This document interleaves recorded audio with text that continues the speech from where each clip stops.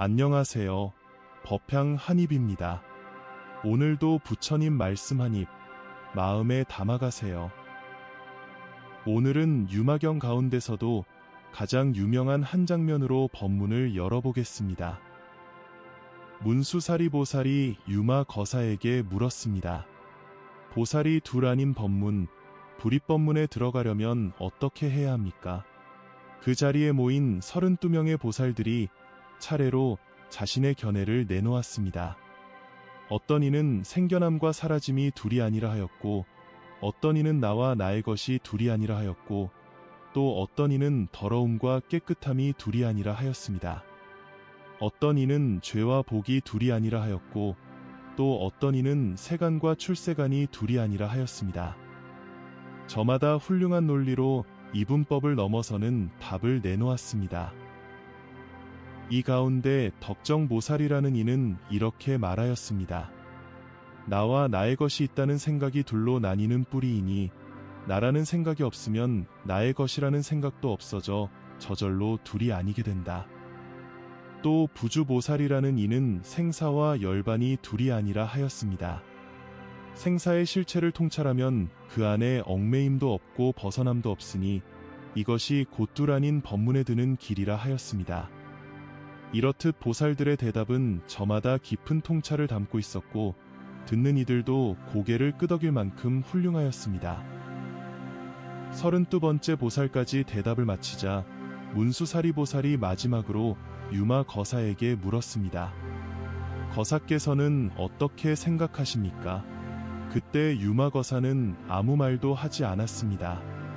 입을 열지 않았습니다. 그저 침묵하였습니다. 법우님들, 이 장면을 처음 들으신 분들은 이렇게 생각하실지도 모릅니다. 유마 거사가 마땅한 대답을 찾지 못해 그리하였구나. 32명의 보살이 저마다 훌륭한 답을 내놓았는데 정작 주인공은 아무 말도 못하고 넘어간 것이구나. 그런데 문수사리 보살은 그 침묵을 보고 이렇게 찬탄하였습니다. 훌륭하고 훌륭합니다.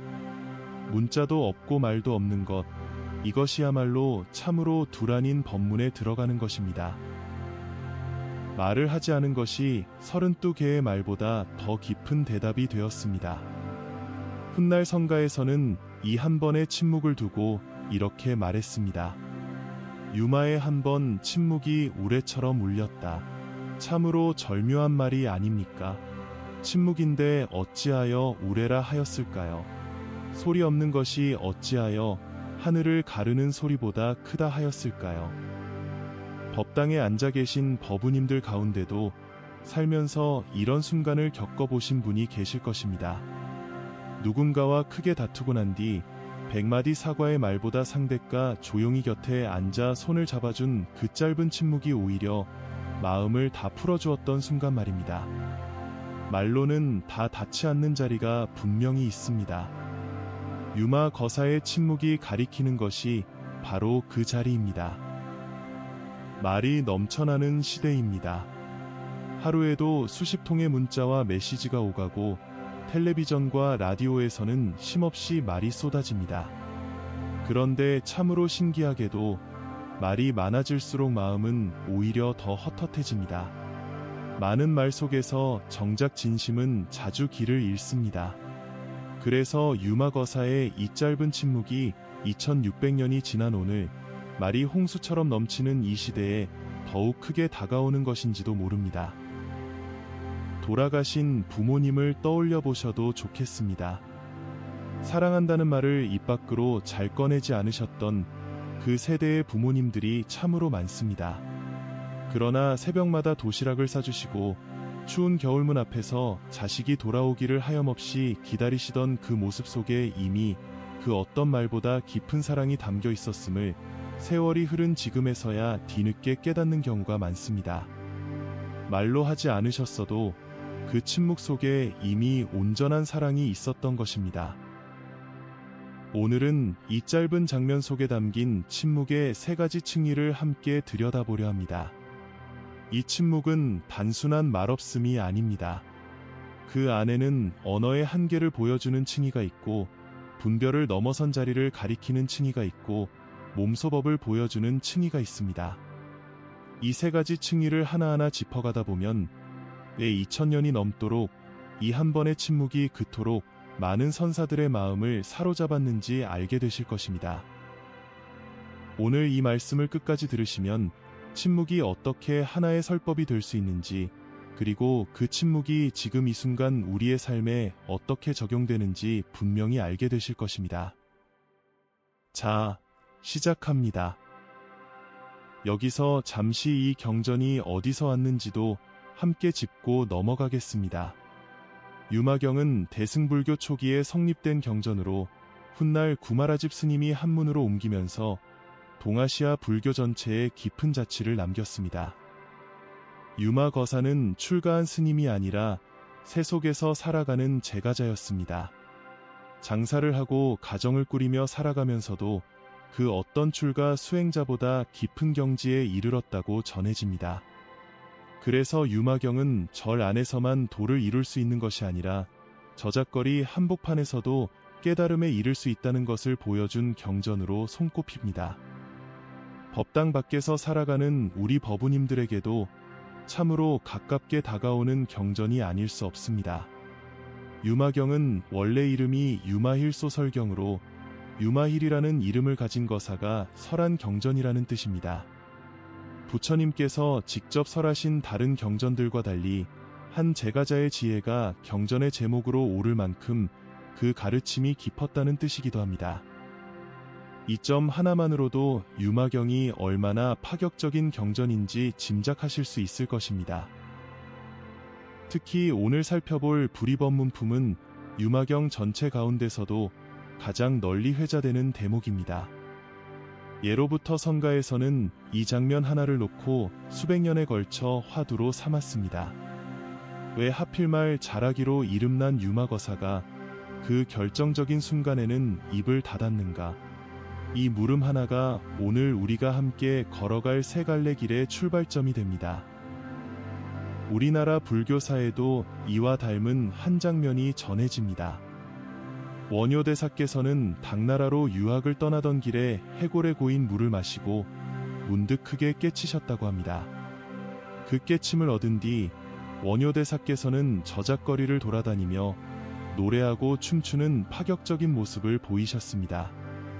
사람들은 고승이라면 마땅히 정갈한 법복을 입고 근엄한 말씀을 전해야 한다고 여겼지만 원효대사는 오히려 격식을 벗어난 몸짓으로 법을 전하셨습니다.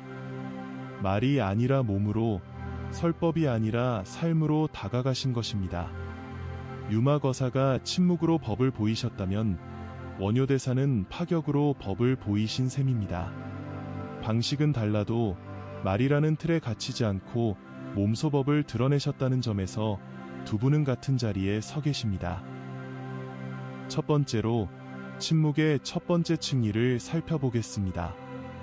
이것은 언어 그 자체의 한계를 가리키는 층위입니다. 32명의 보살이 내놓은 대답을 다시 들여다보면 공통점이 하나 있습니다. 모두 말로 이루어진 대답이라는 것입니다. 생과 멸이 둘이 아니라고 말하는 순간 이미 생이라는 말과 멸이라는 말, 둘이 아니라는 말이 나란히 서 있습니다. 둘이 아니라고 설명하기 위해 둘을 나란히 세워야 하는 것입니다. 참으로 그러하지 않습니까? 말이라는 것은 본래 나누는 도구입니다. 이것과 저것을 가르고 있음과 없음을 가르고 나와 남을 가르는 것이 말의 본성입니다. 그런데 불이법문이 가리키는 자리는 애초에 나뉘지 않은 자리입니다. 나뉘지 않은 것을 나누는 도구로 설명하려 하면 설명하는 그 순간 이미 어긋나 버립니다. 마치 손으로 물을 움켜쥐려는 것과 같습니다. 움켜쥐려는 그 순간 물은 손가락 사이로 빠져나갑니다. 말로 불의의 자리를 설명하려는 것도 이와 같습니다. 설명하려는 그 순간 이미 둘로 나뉘어 버립니다. 그래서 반야심경에서는 색이 곧 공이요 공이 곧 색이라 말합니다. 그런데 이렇게 말하는 순간에도 색이라는 말과 공이라는 말은 여전히 둘로 나란히 서 있습니다. 경전조차도 말로써 말의 한계를 넘어서려는 안타까운 몸짓을 하고 있는 것입니다. 금강경에서도 마찬가지입니다. 법이라 할 것이 있으면 이미 법이 아니라고 거듭 말합니다. 법 아님을 법이라 말하는 순간에도 말은 여전히 말일 뿐입니다. 유마거사는 이 한계를 정확히 알고 있었습니다. 32명의 훌륭한 대답이 모두 틀렸다는 뜻이 아닙니다. 다만 말이라는 도구로는 거기까지밖에 갈 수 없다는 것을 알았을 뿐입니다. 그래서 유마거사는 33번째 말을 보태지 않았습니다. 대신 말이 도달할 수 없는 그 너머를 침묵으로 가리켰습니다. 훗날 6조 단경에도 이와 통하는 말이 전해집니다. 언어의 길이 끊어지고 마음이 갈 곳이 사라진 자리, 그 자리가 바로 참된 성품이 드러나는 자리라 하였습니다. 언어의 길이 끊어진다는 것은 말이 더 이상 앞으로 나아가지 못한다는 뜻이고, 마음이 갈 곳이 사라진다는 것은 생각으로 헤아리는 것조차 멈춘다는 뜻입니다. 유마거사가 서 있던 자리가 바로 이 언어의 길이 끊어진 자리였습니다. 그러니 그 자리에서는 침묵 말고 달리 취할 수 있는 몸짓이 없었던 것입니다. 이것을 조금 더 쉬운 자리에서 생각해 보겠습니다. 법우님들, 가장 사랑하는 손주가 처음 걸음마를 떼던 그 순간을 말로 다 옮길 수 있으십니까? 그 벅찬 마음을 아무리 정성껏 설명해도 실제로 그 자리에서 손주의 손을 잡고 느꼈던 그 마음의 10분의 1도 전해지지 않습니다. 반대로 사랑하는 이를 떠나보낸 그 깊은 슬픔은 또 어떻습니까? 온갖 위로의 말을 들어도 정작 그 슬픔의 깊이는 겪어 본 사람만이 압니다. 가장 깊은 기쁨과 가장 깊은 슬픔 앞에서 말은 늘 부족합니다. 언어는 삶의 표면은 훑을 수 있어도 삶의 가장 깊은 바닥까지는 내려가지 못합니다. 부처님께서도 이 이치를 아셨기에 어떤 물음에는 답하지 않으셨습니다. 세상이 영원한가, 세상의 끝이 있는가, 이런 물음을 받으셨을 때 부처님은 침묵으로 답하셨습니다. 이를 훗날 무기라 부릅니다. 답하지 않음도 하나의 답이라는 뜻입니다. 말로 답하는 순간 오히려 진실에서 멀어지는 물음이 있다는 것을 부처님께서는 알고 계셨던 것입니다. 법우님들 가운데 병원 대기실에 오래 앉아 계셔 본 분이 계실 것입니다. 검사 결과를 기다리는 그 시간, 옆에 앉은 가족이 괜찮을 거라고 100번을 말해주어도 마음이 놓이지 않습니다. 그런데 정작 마음이 놓이는 순간은 그 가족이 아무 말 없이 그저 손을 꼭 잡아줄 때입니다. 말은 오히려 불안을 감추려는 몸짓처럼 들리지만 침묵 속에 손길은 있는 그대로의 마음을 전합니다. 언어가 도달하지 못하는 자리에 존재가 대신 가 닿는 것입니다. 유마거사의 침묵은 바로 이 부처님의 무기와 같은 뿌리에서 나온 것입니다. 말이 도달할 수 없는 자리를 가리키는 첫 번째 층이 이것이 오늘 우리가 새겨야 할 첫 가르침입니다. 우리나라 근현대 선지식 가운데도 이와 통하는 어른이 계셨습니다. 성철 스님께서는 오랜 세월 산문을 나서지 않으시고 찾아오는 이들에게 3000배를 올리게 하신 뒤에야 겨우 얼굴을 마주하셨다고 전해집니다. 그리고 정작 마주 앉으셔도 긴 설법을 늘어놓지 않으시고 산은 산이여 물은 물이로다라는 짧은 한마디로 많은 것을 대신하셨습니다. 사람들은 그 짧은 한마디 속에서 저마다 다른 깊이의 뜻을 길어 올렸습니다. 만약 성철 스님께서 그 뜻을 낱낱이 풀어 설명하셨다면 오히려 그 말씀은 하나의 해석에 갇히고 말았을 것입니다. 말을 아끼신 그 자리에서 듣는 이마다 스스로 자기 몫의 깨달음을 찾아갈 여백이 생겨난 것입니다. 두 번째로 침묵의 두 번째 층위를 살펴보겠습니다. 이것은 분별을 넘어선 자리, 이분법 그 자체를 넘어선 자리를 가리키는 층위입니다. 여기서 잠시 생각해 볼 것이 있습니다. 만약 유마거사가 침묵 대신 이렇게 말했다면 어떠했을까요? 나는 말로 표현할 수 없습니다. 이것도 하나의 대답이 되었을 것입니다. 그러나 이 대답에도 허점이 있습니다. 말로 표현할 수 없다고 말하는 순간 이미 말로 표현할 수 없음이라는 하나의 입장을 세운 것이 됩니다. 표현할 수 있음과 표현할 수 없음, 이 또한 둘로 나뉘어 버립니다. 그러니 유마 거사가 진실로 불의의 자리에 있으려면 말로 표현할 수 없다는 말조차 하지 않아야 했습니다.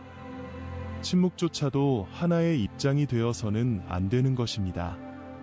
여기에 이르러 침묵은 단순히 말을 아끼는 것이 아니라 있음과 없음, 긍정과 부정, 이것과 저것이라는 틀 자체를 통째로 내려놓는 자리가 됩니다. 화엄경에서는 하나가 곧 여럿이요, 여럿이 곧 하나라 말합니다. 하나와 여럿을 가르는 벽이 본래 없다는 뜻입니다. 유마 거사의 침묵도 이와 같습니다. 대답과 대답 없음을 가르는 벽조차 없는 자리, 그것이 두 번째 층위입니다. 조주 선사에게 한 스님이 물었습니다.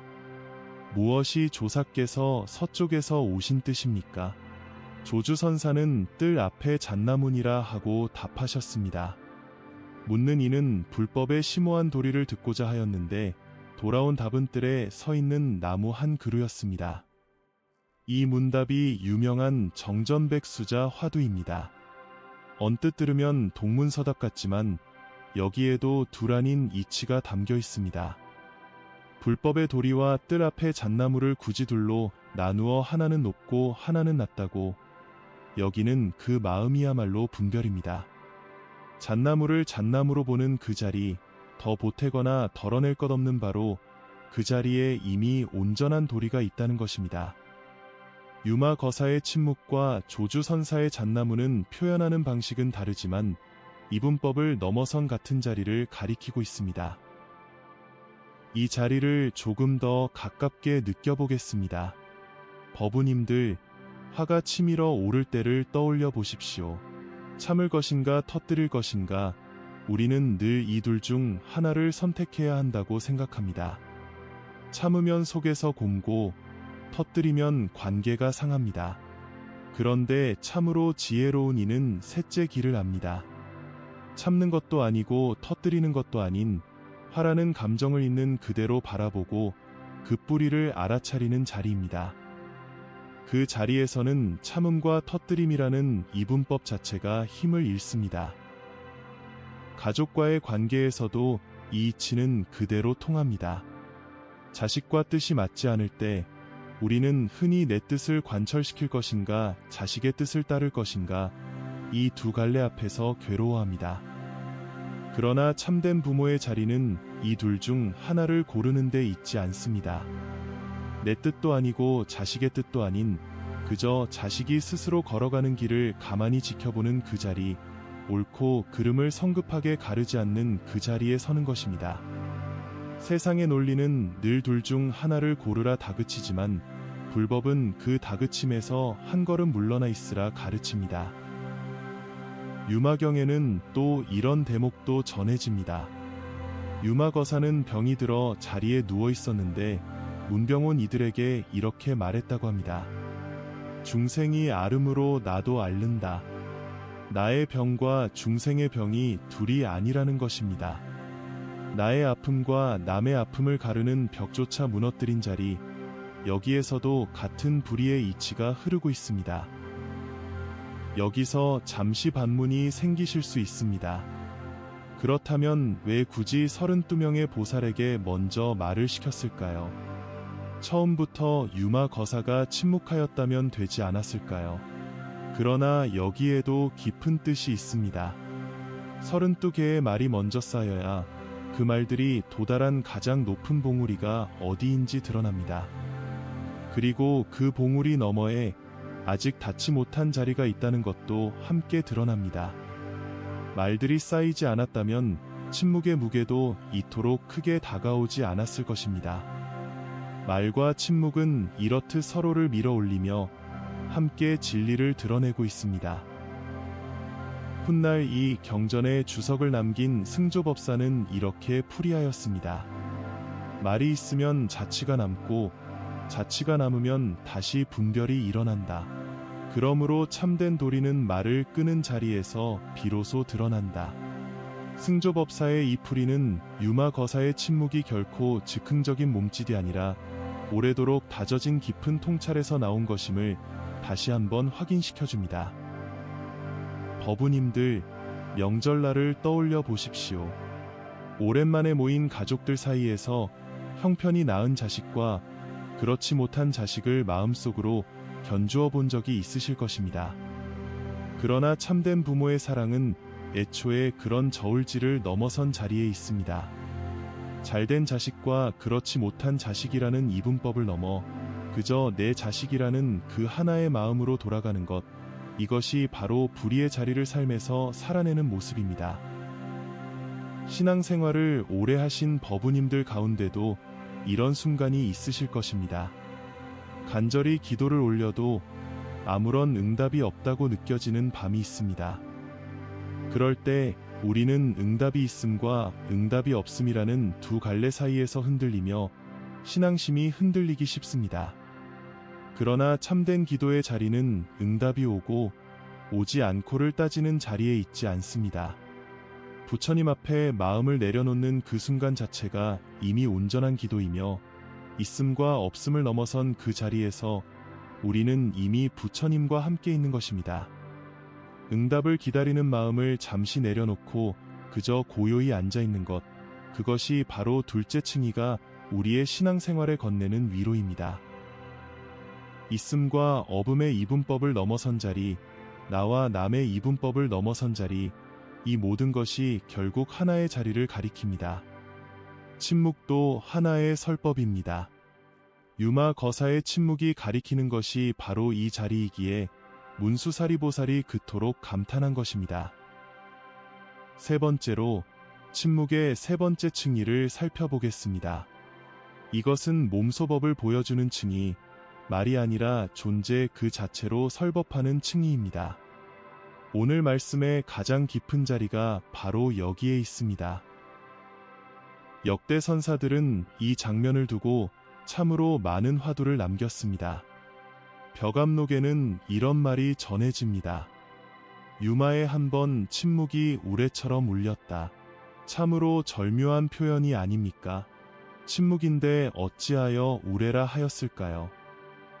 우레는 소리 없이 하늘에 번쩍이는 번개와 함께 옵니다.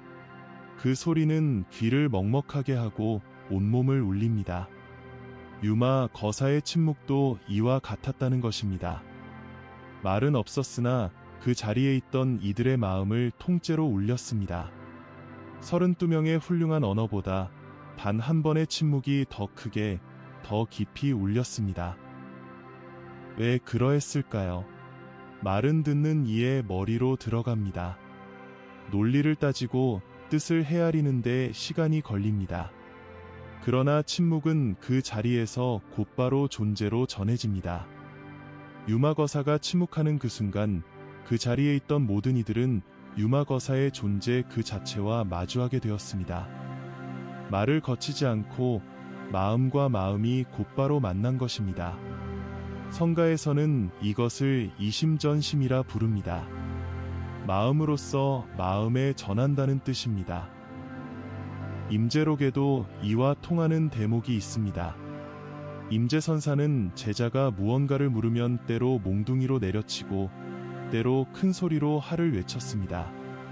말로 답하지 않고 몸으로 답한 것입니다.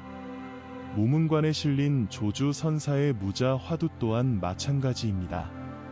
개에게 불성이 있느냐는 물음에 조주선사는 없다는 한 글자로 답했을 뿐 그 뒤의 논리는 설명하지 않았습니다. 설명하는 순간 화두는 죽어버리기 때문입니다. 우리나라의 선언에서도 이와 같은 정신이 오늘까지 이어지고 있습니다. 결제 기간 동안 많은 선언에서는 무건 수행을 함께 닦습니다. 대중이 한자리에 모여 지내면서도 서로 말을 나누지 않고 오직 손짓과 눈빛만으로 필요한 뜻을 전합니다. 처음 무건에 들어간 수행자는 답답함을 느끼지만 시간이 흐를수록 오히려 마음이 맑아지는 것을 경험한다고 합니다. 평소라면 말로 흘려보냈을 사소한 감정들이 안으로 고이면서 자기 마음을 있는 그대로 들여다볼 기회가 생기기 때문입니다. 법우님들께서 절에 가시면 가끔 마주치는 말없이 그저 눈인사만 건네는 수행자들이 계실 것입니다. 그 침묵은 무뚝뚝함이 아니라 유마거사의 침묵과 같은 뿌리에서 나온 정진의 한 방편입니다. 또 하나의 이야기를 들려드리겠습니다. 어느 날 부처님께서 영산회상에서 법문을 청받으셨는데 아무 말 없이 연꽃 한 송이를 들어 대중에게 보이셨습니다. 대중은 모두 그 뜻을 알지 못해 어리둥절하였으나 오직 마하가섭 존자만이 미소를 지었습니다. 부처님은 그 미소를 보고 이렇게 말씀하셨다고 전해집니다. 나에게 있는 참된 법의 눈을 마하가섭에게 부촉하노라. 이것을 염화미소라 부릅니다. 꽃 한 송이와 미소 한 번, 그 사이에 말은 한마디도 없었으나 법은 온전히 전해졌습니다. 유마거사의 침묵, 부처님의 염화미소, 임재선사의 할과 몽둥이, 조주선사의 무자, 이 모두가 같은 자리를 가리키고 있습니다. 말로는 데려다 줄 수 없는 그 자리에 몸소 서서 보여주는 것입니다. 이것은 비단 옛 선사들만의 이야기가 아닙니다. 오늘날 마음이 힘든 이들의 이야기를 들어주는 상담자들도 비슷한 것을 배운다고 합니다. 상담을 처음 배우는 이들은 상대의 아픔을 듣자마자 얼른 해결책을 내놓으려 합니다. 그러나 정작 가장 깊은 도움이 되는 것은 판단하지 않고 가만히 곁에서 들어주는 침묵의 시간이라고 합니다. 말을 앞세우지 않고 존재로 함께 있어주는 것, 그것이 오히려 상대의 마음을 가장 깊이 어루만진다는 것입니다. 유마거사가 2600년 전에 몸소 보여준 자리를 오늘날에도 사람들은 조금씩 다른 모습으로 다시 배우고 있는 셈입니다. 또 다른 화두 하나를 더 들려드리겠습니다. 향엄 선사라는 분이 계셨습니다. 스승 위산 선사가 어느 날 이렇게 물었습니다. 부모에게서 태어나기 이전 너의 본래 모습을 한마디로 일러보아라. 향엄 선사는 아무리 경전을 뒤지고 아는 지식을 다 끌어모아도 답을 찾지 못하였습니다. 그러다 어느 날 마당을 쓸다가 돌멩이가 대나무에 부딪혀 나는 소리를 듣고 문득 크게 깨쳤다고 전해집니다. 그 순간 향엄 선사는 아무 말도 하지 않았습니다. 다만 스승이 계신 곳을 향해 절을 올렸을 뿐입니다. 말로 찾던 답을 결국 침묵 속에서 몸으로 만난 것입니다. 법우님들 가운데는 큰 어른이 계셨던 집안에서 자라신 분도 계실 것입니다. 그런 어른들은 말수가 적었지만 그 자리에 앉아 계신 것만으로도 온 집안이 저절로 조용해지고 가지런해지던 기억이 있으실 것입니다.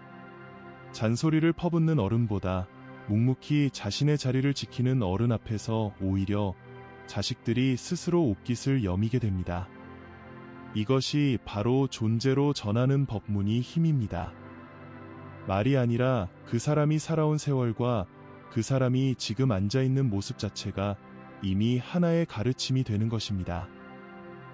법우님들, 여기서 우리가 가장 깊이 새겨야 할 것이 있습니다. 참된 법문은 반드시 말로 이루어지는 것이 아니라는 사실입니다. 어느 노보살님이 평생 경전을 몇 줄 외우지 못하였어도 그 조용한 삶 자체로 자식들에게 자비를 가르쳤다면 그것이 바로 침묵의 법문입니다. 어느 스님이 한마디 설법도 없이 그저 새벽마다 마당을 쓸고 대중을 살피는 그 모습 하나로 대중의 마음을 움직였다면 그것 또한 우레와 같은 침묵입니다. 침묵도 하나의 설법입니다. 이 말씀을 마음에 깊이 새겨두시기 바랍니다. 네 번째로, 이 세 가지 층위를 오늘 우리의 삶에 어떻게 적용할 것인지 살펴보겠습니다. 첫째 층위는 우리에게 말을 줄이라 가르칩니다. 누군가와 다툴 때 우리는 흔히 한마디라도 더 보태어 이겨야 한다고 생각합니다. 그러나 참으로 지혜로운 대응은 때로 말을 멈추는 데 있습니다. 말이 도달할 수 없는 자리가 있음을 아는 사람은 억지로 그 자리까지 말을 밀어붙이지 않습니다. 화가 난 가족 앞에서, 오해가 깊은 것 앞에서 한마디를 더 보태기보다 잠시 침묵하고 숨을 고르는 것, 이것이 첫째 층위의 가르침을 삶으로 옮기는 길입니다. 법우님들 가운데는 배우자와 오래도록 함께 살아오신 분들이 많으실 것입니다. 그런데 오래 산 부부일수록 오히려 말이 칼이 되는 순간이 많습니다. 지나간 일을 들추어내고 이미 알고 있는 상처를 굳이 한 번 더 말로 찌르곤 합니다. 그럴 때 필요한 것은 더 날카로운 말이 아니라 잠시 입을 다물고 그 사람이 지금 얼마나 힘든지를 그저 바라보는 침묵입니다. 오늘부터 하루에 한 번 하고 싶은 말을 삼키고 대신 숨을 3번 고르는 연습을 해보시기 바랍니다. 그 짧은 멈춤 속에서 오히려 관계가 풀리는 경험을 하시게 될 것입니다. 옛 선사들은 차를 마시는 그 짧은 시간에도 이 침묵의 수행을 담았습니다. 다도에서는 찻잔을 채우고 비우는 그 소리 외에는 굳이 말을 보태지 않는 것을 예로 삼습니다. 첫 잔을 마시는 그 짧은 정적 속에서 함께 앉은 이들은 굳이 말하지 않아도 서로의 마음을 헤아리게 됩니다. 법우님들께서도 오늘부터 차 한 잔을 마시는 그 짧은 시간만이라도 텔레비전을 끄고 휴대폰을 내려놓아 보시기 바랍니다. 그 작은 침묵의 시간이 쌓이면 큰 침묵도 어렵지 않게 받아들이실 수 있게 될 것입니다. 사랑하는 이를 먼저 떠나보낸 법우님들도 계실 것입니다. 그런 자리에서는 위로한다는 말이 오히려 상처를 건드릴 때가 많습니다. 힘내라는 말, 시간이 지나면 괜찮아진다는 말은 다 옳은 말이지만 정작 그 슬픔의 한복판에 있는 이에게는 헛헛하게 들릴 뿐입니다. 그럴 때는 굳이 위로의 말을 찾으려 애쓰지 마시고 그저 곁에 앉아 함께 슬퍼해 드리는 것으로 충분합니다. 유마거사가 32개의 말 대신 침묵으로 응답했듯이 우리도 슬픔 앞에서는 그럴듯한 말 대신 그저 곁을 지키는 침묵으로 응답하는 법을 배워야 합니다. 둘째 층위는 우리에게 이분법에서 노연하라 가르칩니다. 우리는 늘 옳고 그름을 가르고 내 편과 남의 편을 가르고 성공과 실패를 가릅니다. 그러나 삶의 많은 순간은 이 둘 중 하나로 온전히 나뉘지 않습니다. 자식이 내 뜻과 다른 길을 갈 때 그것이 옳은 길인지 그른 길인지 성급하게 가르지 않고 가만히 지켜보는 마음, 그것이 둘째 층위를 삶에 적용하는 길입니다. 은퇴한 뒤에 느껴지는 헛헛함도 이와 같습니다. 평생 몸담았던 자리에서 물러나면 일하던 나와 일하지 않는 나를 둘로 나누어 지금의 나를 부족하다 여기기 쉽습니다. 아침에 눈을 떠도 갈 곳이 없다는 그 허전함이 마치 예전의 나는 쓸모 있었고 지금의 나는 쓸모 없어진 것처럼 느껴지게 만듭니다. 그러나 일할 때의 나와 지금의 나는 본래 둘이 아닙니다. 그저 삶의 흐름이 바뀌었을 뿐 자리를 지키던 그 마음과 지금 이 자리에 앉아 계신 그 마음은 같은 마음입니다. 쓸모있음과 쓸모없음이라는 이분법 자체를 내려놓을 때 비로소 지금 이 순간의 평온이 눈에 들어옵니다. 셋째 층위는 우리에게 존재 자체로 법을 전하라 가르칩니다. 자녀에게 좋은 말을 100번 들려주는 것보다 부모 스스로 평온하고 자비로운 모습으로 살아가는 하루하루가 더 깊은 가르침이 됩니다. 돌이켜보면 우리 마음에 가장 깊이 새겨진 가르침은 대개 말이 아니었습니다. 새벽마다 정한 술을 떠놓고 자식을 위해 기도하던 어머니의 뒷모습, 힘든 살림에도 이웃에게 밥 한 그릇을 나누어 주던 아버지의 조용한 손길, 그런 장면들이 100마디 훈계보다 오래도록 마음에 남아 지금 이 순간까지도 우리를 붙들어 주고 있습니다. 법우님들, 오늘 하루 누군가에게 훈계하려 하기 전에 먼저 스스로 어떤 존재로 그 자리에 서 있는지를 돌아보시기 바랍니다. 침묵도 하나의 설법입니다. 우리가 살아가는 모습, 우리가 짓는 표정, 우리가 내쉬는 숨결 하나하나가 이미 법문이 되고 있음을 잊지 마시기 바랍니다. 고려 시대진울 국사께서는 정해쌍수라 하여 선정과 지혜를 함께 닦아야 한다고 말씀하셨습니다. 선정은 고요히 마음을 가라앉히는 것이고, 지혜는 그 고요함 속에서 사물의 참모습을 꿰뚫어 보는 것입니다. 유마 거사의 침묵도 이와 다르지 않습니다. 그 침묵은 그저 멍하니 입을 다문 것이 아니라 고요함 속에서 가장 밝은 지혜가 함께 빛나고 있던 순간이었습니다. 겉으로는 아무 일도 일어나지 않은 듯 보이지만 그 안에서는 가장 깊은 통찰이 온전히 드러나고 있었던 것입니다. 우리가 오늘 배운 세 가지 층위도 결국 이 정과 해가 하나로 만나는 자리를 가리키고 있습니다. 지금까지 살펴본 세 가지 층위를 한 자리에 모아보면 결국 하나로 이어져 있음을 알 수 있습니다. 말의 한계를 아는 것에서 시작하여 이분법을 내려놓는 대로 나아가고 마침내 존재 자체로 살아가는 자리에 이르는 것입니다. 이것은 단번에 이루어지는 일이 아닙니다. 오늘 하루는 말을 한번 줄여보고 내일은 옳고 그름을 가르는 마음을 한번 내려놓아 보고 그렇게 하루하루 조금씩 이 세 층위를 몸에 익혀가는 것, 그것이 바로 수행이라는 이름으로 불리는 일입니다. 법우님들의 삶이 이미 수행의 자리이며 오늘 이 세 가지 층위가 그 수행의 작은 이정표가 되기를 바랍니다. 오늘 이 법문을 들으신 뒤 잠시 짧은 시간이라도 이 세 가지 층위를 몸소 느껴보시기를 권해드립니다. 지금 앉아 계신 그 자리에서 눈을 살며시 감고 숨을 천천히 3번만 들이쉬고 내쉬어 보십시오. 아무 말도 하지 않아도 됩니다. 아무것도 설명하려 하지 않아도 됩니다. 그저 그 짧은 침묵 속에 가만히 머물러 보십시오. 그 안에서 말로는 표현할 수 없던 마음의 무게가 조금은 가벼워지는 것을 느끼실 수 있을 것입니다. 이것이 바로 유마거사가 2600년 전에 몸소 보여준 그 자리를 오늘 우리가 짧게나마 함께 걸어보는 길입니다. 부처님께서 이 말씀을 이토록 오래도록 전해지게 하신 데는 까닭이 있습니다. 말 잘하는 32명의 보살이 아니라 말없는 한 명의 거사를 마지막에 세워두신 까닭입니다. 우리는 흔히 더 많이 말하고 더 많이 설명하고 더 많이 설득해야 진리에 가까워진다고 생각합니다. 그러나 유마경은 정반대의 길을 보여줍니다.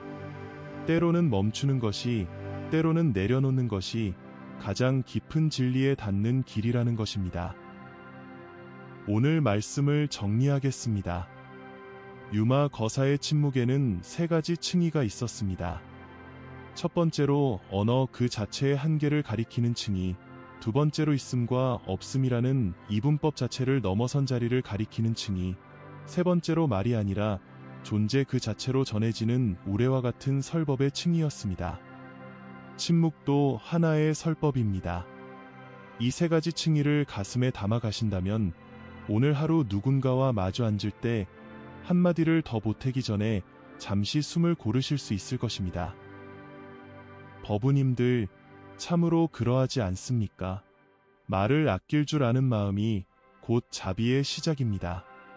32명의 보살이 저마다 훌륭한 말을 내놓았지만 결국 가장 크게 울린 것은 단 한 번의 침묵이었습니다. 우리의 삶도 이와 다르지 않습니다. 얼마나 많은 말을 하였는가 보다 그 말과 말 사이에 어떤 마음으로 머물렀는가가 더 오래도록 남습니다. 오늘 이 짧은 침묵의 법문이 여러분의 하루에 작은 여백 하나로 남기를 바랍니다. 집으로 돌아가시는 길에 혹은 오늘 하루를 마무리하시며 잠시 말을 내려놓고 그저 고요히 앉아보시는 시간을 가져보시기 바랍니다. 그 고요함 속에서 부처님과 유마거사가 2600년 전에 전해준 그 침묵의 우레가 오늘 우리의 마음에도 조용히 울리고 있을 것입니다. 이 공덕이 모든 법우님들께